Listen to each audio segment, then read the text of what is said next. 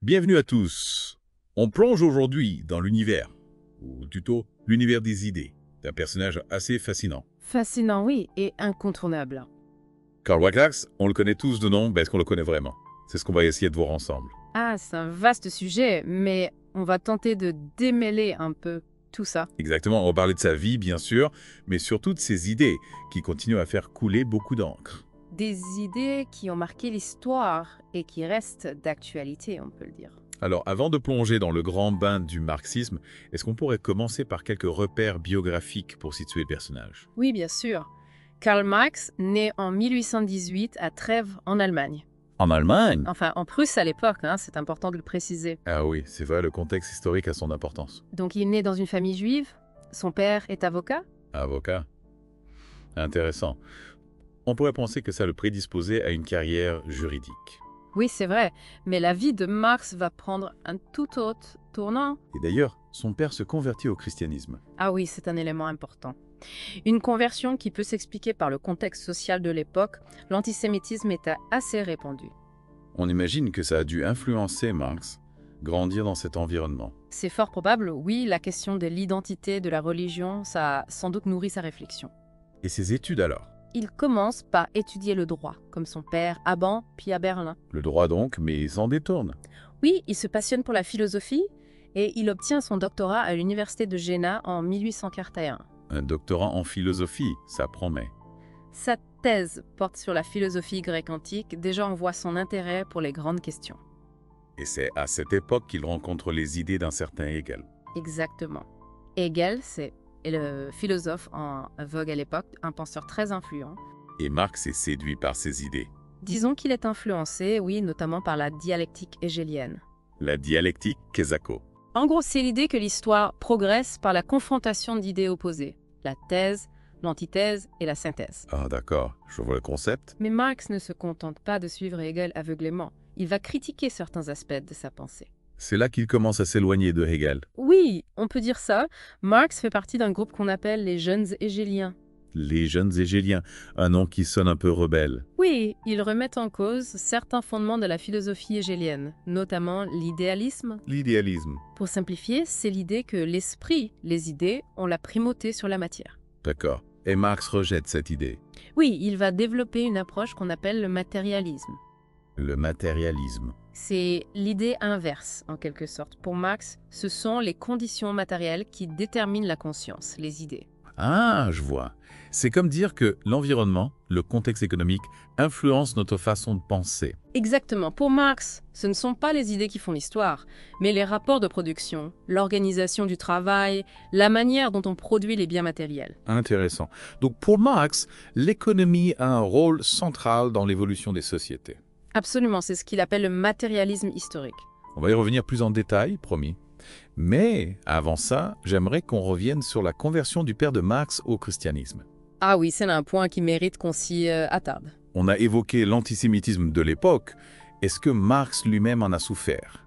Difficile à dire avec certitude, mais il est clair que son contexte familial religieux a joué un rôle dans sa formation.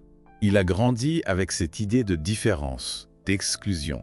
Oui, et ça a sans doute nourri sa réflexion sur les inégalités, les rapports de domination. C'est un terreau fertile pour des idées révolutionnaires. On peut le dire. Marx est un observateur attentif de son époque. Il voit les injustices du système, l'exploitation des ouvriers. Et ça le révolte. Oui, on sent une indignation, une volonté de changer les choses. Et c'est à Paris qu'il va rencontrer un personnage clé dans son parcours. Friedrich Engels. Ah, Engels. Un industriel allemand issu d'une famille bourgeoise qui va devenir l'ami et le collaborateur le plus proche de Marx. Un industriel et un révolutionnaire, quel drôle de pair. C'est vrai, mais leur rencontre va être déterminante pour l'un et l'autre. Engels va porter un soutien financier à Marx, si j'ai bien compris. Oui, et pas seulement financier, il va aussi lui ouvrir les portes du monde ouvrier, lui permettre d'observer de près les conditions de travail. Un duo improbable, mais qui va donner naissance à des idées qui vont bouleverser le monde. On peut le dire. Ensemble, ils vont écrire des ouvrages majeurs, comme le Manifeste du Parti communiste. Le manifeste, ça me dit quelque chose. C'est un peu la Bible des révolutionnaires, non? Oui, c'est un texte fondateur du mouvement communiste, on y reviendra bien sûr. Mais avant de parler du manifeste, J'aimerais qu'on revienne sur les années parisiennes de Marx, une période importante dans ta formation. Absolument. Paris, c'est un bouillon de culture, un foyer d'idées nouvelles, un lieu de rencontres et d'échanges. Marx y fréquente les cercles socialistes, les intellectuels, les militants. Oui, il s'imprègne de cette effervescence, il affine ses idées. Et c'est à Paris qu'il développe le concept de matérialisme dialectique, si je ne m'abuse. Tout à fait.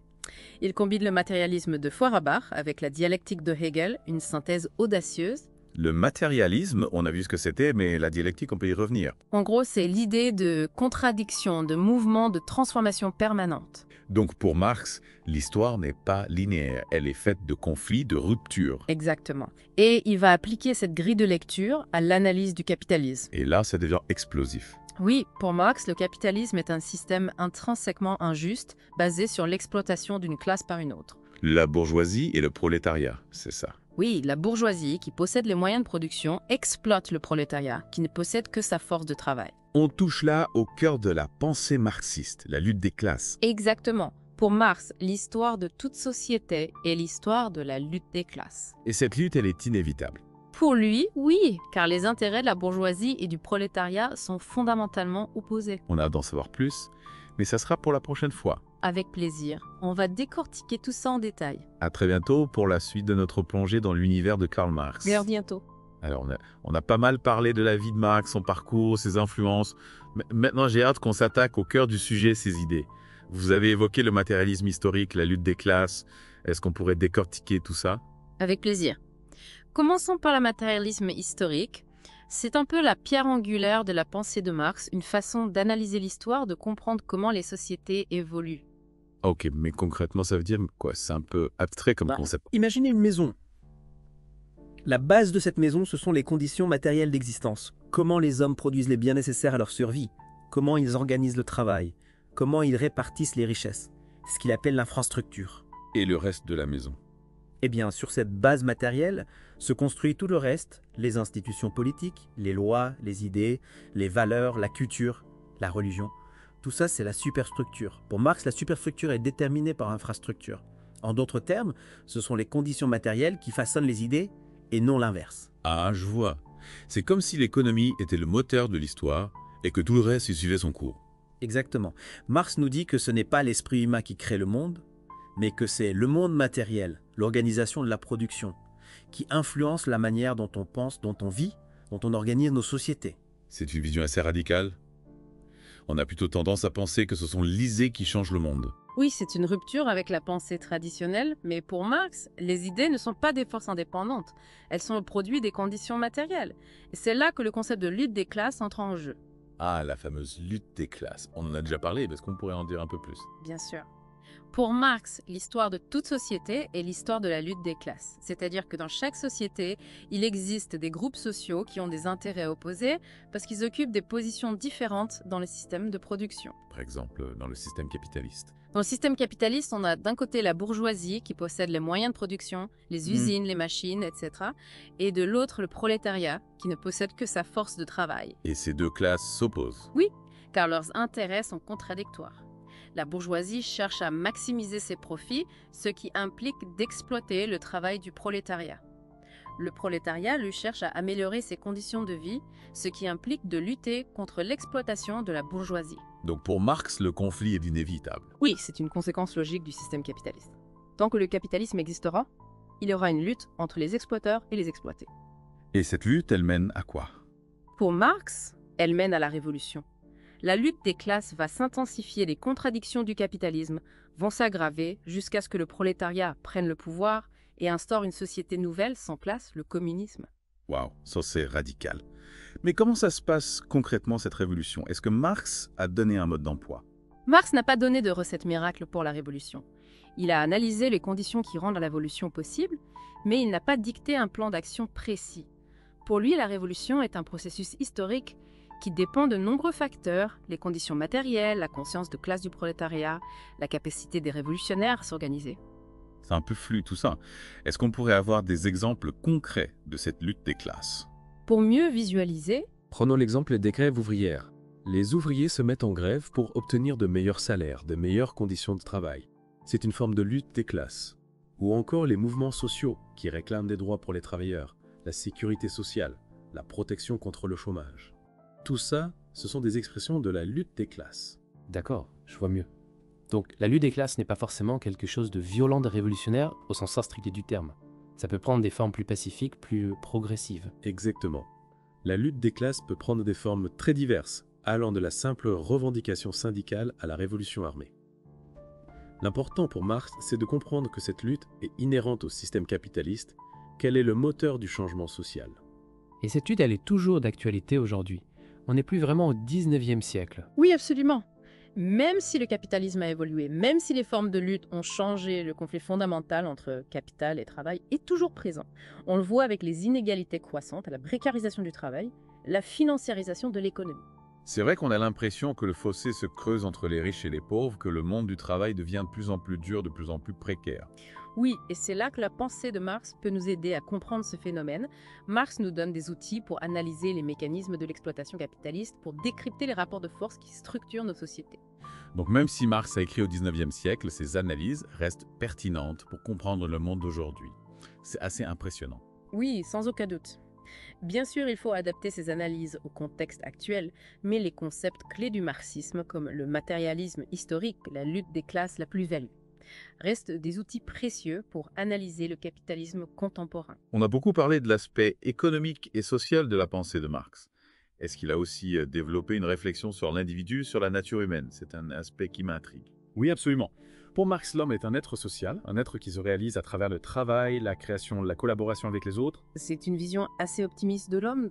Oui, on peut dire, Marx pense que l'homme a un potentiel immense, qu'il est capable de grandes choses quand il est libre de développer ses capacités, mais pour lui, ce potentiel est bridé par le système capitaliste qui aliène l'homme, le dépossède de son travail, le transforme en un simple rouage de la machine économique. Ah, on arrive au concept d'aliénation, on en a parlé un peu tout à l'heure. Est-ce qu'on pourrait creuser un peu plus? Bien sûr, l'aliénation pour Marx, c'est le fait d'être étranger à soi-même, à sa propre essence.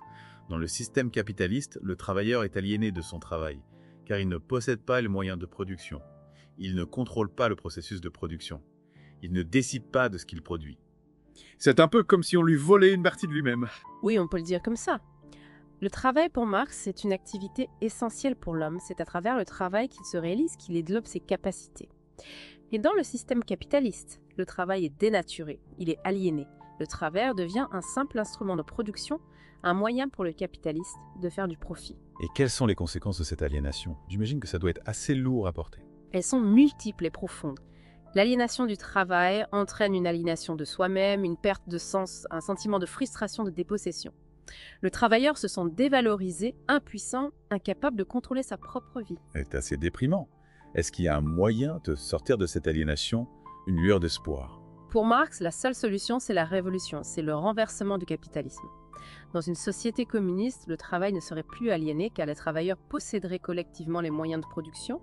Ils contrôleraient le processus de production, ils décideraient de ce qu'ils produisent. Donc le communisme, ce serait une société sans aliénation. Une société où l'homme pourrait enfin s'épanouir pleinement. Une sorte de paradis terrestre. C'est l'idéal que vise Marx. Bien sûr, il est difficile de savoir si cet idéal est réalisable, si une société sans aliénation est possible. Non. Mais l'important pour Marx, c'est de lutter contre l'aliénation, de chercher à créer les conditions d'une vie plus juste, plus libre, plus humaine. C'est un beau projet en tout cas. On a l'impression que Marx était un idéaliste, un utopiste. Est-ce que c'est le cas? Ou est-ce qu'il était plus pragmatique qu'il n'y paraît? Marx était un idéaliste dans le sens où il croyait en un monde meilleur, en la possibilité d'une société plus juste, plus égalitaire. Mais il est aussi un scientifique, un analyste rigoureux du capitalisme. Son œuvre est une synthèse entre l'idéal et la science, entre la critique du présent et la vision d'un avenir meilleur. On sent que Marx est un personnage complexe, à la fois révolutionnaire et scientifique idéaliste et réaliste. Un vrai paradoxe. Oui, c'est un penseur difficile à classer et à enfermer dans une case. C'est ce qui fait la richesse et la complexité de sa pensée. Bon, on a fait un bon tour d'horizon des concepts clés du marxisme. Est-ce qu'on pourrait maintenant se pencher sur un exemple concret de son analyse du capitalisme? On a parlé tout à l'heure du Capital, son œuvre majeure. Est-ce qu'on pourrait en dire un mot? Bien sûr. Le Capital, c'est une analyse monumentale du système capitaliste. Marx décortique les mécanismes de l'exploitation, la formation du profit, les contradictions inhérentes au capitalisme. Ça a l'air costaud. Est-ce qu'on pourrait avoir un petit aperçu des idées principales, pour les non-initiés comme moi? Prenons un exemple simple. La production d'une chaise. Imaginez un ouvrier qui fabrique une chaise. Il travaille pendant 8 heures et il produit 10 chaises. Le capitaliste lui verse un salaire pour ses 8 heures de travail, mais la valeur des 10 chaises qu'il a produites est supérieure à son salaire. La différence entre la valeur produite et le salaire versé, c'est ce que Marx appelle la plus-value. Donc la plus-value, c'est le profit du capitaliste.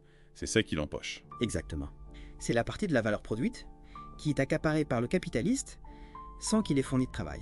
Pour Marx, la plus-value est la source de l'exploitation capitaliste. C'est comme si le capitaliste volait une partie du travail de l'ouvrier. On est d'accord. On peut le dire comme ça. Pour Marx, le capitalisme est un système qui repose sur l'extorsion de plus-value aux travailleurs. Et cette exploitation est inhérente au système. Elle n'est pas le résultat de la méchanceté des capitalistes, mais du fonctionnement même du capitalisme. C'est assez implacable comme analyse. Et du coup, est-ce que Marx propose des solutions pour sortir de ce système d'exploitation? On imagine que oui. Oui, comme on l'a vu tout à l'heure, Marx pense que la seule solution, c'est la révolution. C'est le renversement du capitalisme et l'instauration d'une société socialiste. D'accord, mais concrètement, comment ça se passe, cette transition vers le socialisme? Est-ce qu'il a donné des indications, un plan d'action, un guide pratique pour la révolution? Marx n'a pas donné de plan détaillé pour la transition vers le socialisme. Il a analysé les conditions de possibilité du socialisme, mais il a laissé aux révolutionnaires le soin de trouver les voies et les moyens pour y parvenir. C'est un peu frustrant. On aimerait bien savoir comment Marx imaginait le monde d'après, avec tous les détails. C'est vrai, mais Marx était prudent. Il ne voulait pas donner de recettes toutes faites. Pour lui, le socialisme ne devait pas être imposé de l'extérieur. Il devait être le fruit d'un processus historique, d'une transformation profonde de la société. On sent que Marx est un penseur complexe, à la fois révolutionnaire et scientifique. Ses idées sont parfois difficiles à saisir, mais elles sont terriblement stimulantes. C'est un vrai défi intellectuel. Oui, c'est un auteur qui nous oblige à réfléchir, à remettre en question nos idées reçues. Lire Marx, ce n'est pas forcément adhérer à ses conclusions. C'est avant tout se confronter à une pensée puissante, une pensée qui a marqué l'histoire et qui continue de nous interpeller aujourd'hui. Bon, on a vu pas mal de choses, le matérialisme historique, la lutte des classes, la plus-value. Mais il y a un concept dont on a juste effleuré la surface et qui me semble vraiment important pour comprendre Marx. L'aliénation. Ah oui, l'aliénation est un concept clé chez Marx. Il est au cœur de sa critique du capitalisme. Exactement. On a un peu abordé la question dans la partie précédente, mais j'aimerais qu'on y revienne plus en détail. Avec plaisir. Qu'est-ce qui vous interpelle particulièrement dans ce concept? Ce qui me frappe, c'est que l'aliénation, c'est pas juste un concept abstrait. C'est quelque chose de très concret, qui touche à l'expérience humaine au quotidien. Tout à fait. Pour Marx, l'aliénation, c'est d'abord l'aliénation par rapport au travail. C'est-à-dire? Dans le système capitaliste, le travailleur ne possède pas les moyens de production. Il vend sa force de travail comme une marchandise. Il n'a aucun contrôle sur ce qu'il produit, ni sur la façon dont il le produit. Il est dépossédé de son travail, en quelque sorte. Exactement. Et cette dépossession entraîne un sentiment d'étrangeté, d'aliénation. Le travailleur ne se reconnaît plus dans ce qu'il fait. Il devient un rouage de la machine. Oui, c'est une image qu'on peut utiliser. Il est réduit à une fonction, une force de travail interchangeable. Et ça a des conséquences sur le plan psychologique, j'imagine. Bien sûr. L'aliénation du travail entraîne une perte de sens, une frustration, un sentiment d'impuissance. Le travailleur se sent dévalorisé. Oui, et pas seulement dévalorisé. Il se sent aussi étranger à lui-même, coupé de sa propre essence. Parce que pour Marx, le travail, c'est pas juste un moyen de gagner sa vie, c'est aussi une façon de s'exprimer, de se réaliser. Exactement. Le travail, c'est une activité créatrice qui permet à l'homme de se projeter dans le monde, de laisser une trace de son passage. Mais sous le capitalisme, cette dimension créatrice, le travail devient une simple contrainte. Oui, une contrainte aliénante qui dépossède l'homme de sa propre humanité. Et cette aliénation, elle se limite pas au travail, si j'ai bien compris. Non, elle s'étend à tous les domaines de la vie sociale. Par exemple. Par exemple, l'aliénation par rapport aux autres, le capitalisme, encourage la compétition, l'individualisme, la recherche du profit personnel. Donc ça crée des rapports de force, ça divise les gens. Oui, au lieu de coopérer, les individus sont mis en concurrence, les uns contre les autres. C'est un peu la loi de la jungle. On peut le dire comme ça, chacun pour soi et tant pis pour les autres. Et au final, c'est toute la société qui t'est aliénée. Oui, c'est la conclusion de Marx. Le capitalisme crée une société aliénée où les individus sont coupés les uns des autres, coupés d'eux-mêmes et coupés du monde. C'est une vision assez pessimiste, non? C'est une critique radicale, en tout cas une critique qui nous invite à réfléchir à la façon dont on organise nos sociétés. Et cette critique, elle est toujours d'actualité aujourd'hui. Je pense que oui. Même si les formes d'aliénation ont évolué, on retrouve toujours ce sentiment d'impuissance, de dépossession dans le monde du travail contemporain. On pense au travail précaire, au burn-out, à la pression constante de la performance. Exactement. Tous ces phénomènes peuvent être analysés à travers le prisme de l'aliénation. Donc Marx nous a légué des outils conceptuels pour comprendre notre propre époque. Oui, on peut le dire, ces analyses restent pertinentes pour décrypter les maux de nos sociétés. Et pour Marx, la solution à cette aliénation, c'est le communisme. Oui, pour lui, le communisme, c'est une société sans classe, sans exploitation, sans aliénation, une société où l'homme pourrait enfin s'épanouir pleinement. C'est un idéal un peu utopique, non? Peut-être, mais c'est un idéal qui a inspiré des générations de militants et de révolutionnaires, un idéal qui continue à nous faire rêver d'un monde meilleur. C'est vrai qu'il y a quelque chose de profondément humain dans cette aspiration à une société plus juste, plus libre, plus solidaire. Oui, et c'est peut-être ça l'héritage le plus important de Marx, nous avoir rappelé que l'homme n'est pas condamné à l'aliénation, qu'il est possible de créer un monde différent. Merci beaucoup pour cette plongée passionnante dans la pensée de Karl Marx. On a exploré beaucoup de concepts aujourd'hui, le matérialisme historique, la lutte des classes, l'aliénation. C'était dense, mais vraiment enrichissant. Avec plaisir. J'espère que ça vous a donné envie d'en savoir plus, de lire Marx, de vous faire votre propre opinion. Absolument. Marx, c'est un auteur qui ne laisse pas indifférent, qui nous pousse à réfléchir et à questionner nos certitudes. Et c'est ça, la beauté de la philosophie. Non. Tout à fait. La philosophie, c'est une invitation à penser par soi-même, à ne pas prendre les choses pour argent comptant. C'est une démarche critique, une quête de sens, un questionnement permanent. Et sur ces belles paroles, on se quitte. Merci à tous de nous avoir suivis dans cette plongée profonde. Merci à vous et à bientôt pour de nouvelles aventures intellectuelles.